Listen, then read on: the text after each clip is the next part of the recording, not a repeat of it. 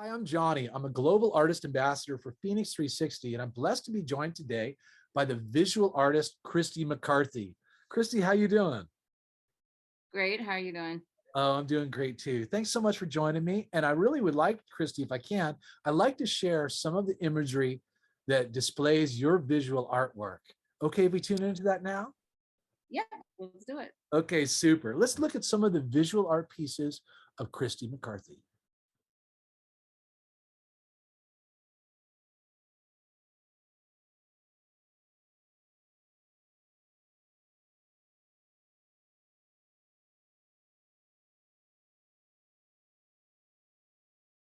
KRISTY, beautiful work, and I really appreciate you. And thanks so much for letting us share it with our audience.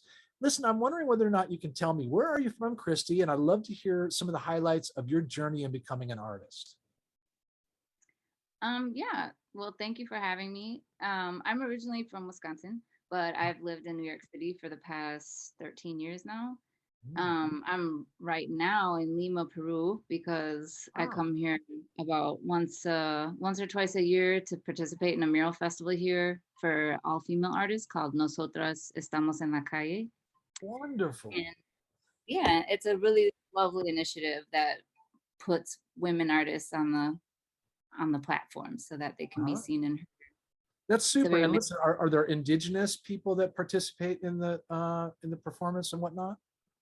yes, absolutely. There's a collective called Shipiba Colectiva Muralistas, and it's all women and grandmothers from the Shipiba community. And I've collaborated with them multiple times. They're an amazing collective. They paint murals, but aside, they also do artesania. They make textiles and crafts that you can purchase from their website too. That's And so, wonderful. And I know that the Shipibo there they have female um, shaman healers in that mhm, tradition that are really powerful and of course inspire all kinds of creation. So I mhm. appreciate that too, KRISTY. And glad that you're contacting me today from Lima, Peru. That is really wonderful, kind of magical. So thank you for that. Now I wonder whether or not, with your own visual art and were there other artists that you kind of watched or modeled or appreciated that helped inspire your work? Yes, definitely. I didn't actually start painting until I was 30 years old. Oh, So wow. I was up until then kind of more an entrepreneur. I was teaching English. I had a few businesses. But a cousin of mine, he came to live with me in New York. And then shortly afterwards, he passed away. He had an accident with his bike. And he was an artist. And so my art journey started there just as a means of sort of like a grieving therapy. Me and his mom, we worked together to make some sketches of his into wheat paste, and we would put them around the city. That's what he used to do. That is a And beautiful then honoring. slowly, Yeah. Mhm. yeah, that was, I think, the only way I knew how to grieve. And it was tremendously therapeutic too. I think for all of us, not just me, also for my family. Yeah. And then little by little, I just began doing a little bit more of my own touches to it. I would make stencils from his work and then fill it in with paint. And Uh-huh. then I started to create my own designs. So that was how I began.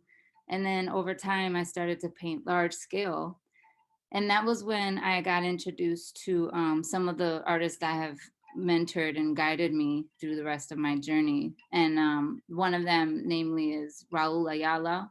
He's Uh-huh. an amazing artist from Ecuador, and he really helped me a lot in the beginning. He gave me books on art theory. Wonderful. Also, Danielle Mastriom. She's an amazing muralist from New York City too, representing Brooklyn. Mhm. And then there's a lot of artists who I don't know personally that I just am a huge fan of their work. Swoon being one of them. She's another artist from New York City. She does a lot of amazing projects all over the world. I know she did a earthquake relief project in Haiti, and she's just an incredible illustrator and has a really beautiful style. That's great. Um, yeah, and then of course there's like classic artists like Salvador Dali is one of my favorites. Mhm. He's Me too. a And listen, genius. I love the education and also the cred that you offer to those other artists that help inspire you and that have moved you, you know, and also your own journey with the loss of your friend and how your artwork really began. I think that's profound, and it comes out of, you know, grief is such a personal thing. It's so a personal journey we have to go through when we lose someone we love.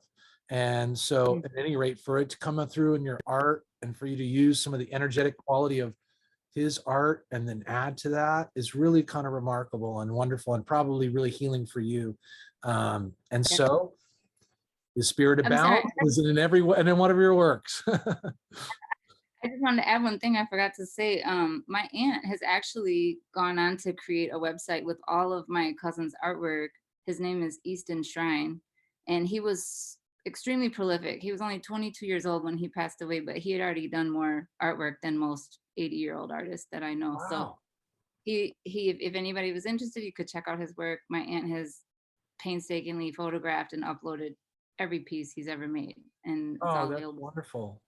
Hmm. Yeah, well, we will definitely include then that link below with the links that we have below this interview then, Kristy, so that people Yeah. can enjoy his work as well. And also yours. Now, I'm interested in what you're working on now and what's coming up. What are you going to be presenting soon? Well, right now we're finishing up Nosotras Estamos en la Calle, which is an all-female festival. I'm sorry, there's a vendor coming through blowing his Oh, blowhorn. good. What's he trying to sell you? Yeah, a few times today. That's You okay. want, or do you want me to just wait till they stop? Because they're gonna be right in front of my window in a second. It's only gonna Yeah. get loud. Okay, well, listen, I'll tell you what, I appreciate that. And what we can do is just encourage everyone to tune into your social channels, enjoy the festival there. Your being there is really important to all those other people you collaborate with. Thanks for being with me, Kristy. I want everyone to tune into Kristy McCarthy's social media channels. We'll find them below the interview today, and we'll look forward to her coming up on FENIX360. Enjoy. Blessings and respects out, Kristy. Enjoy it out there. Thank you so much, John. It's been All a right. pleasure.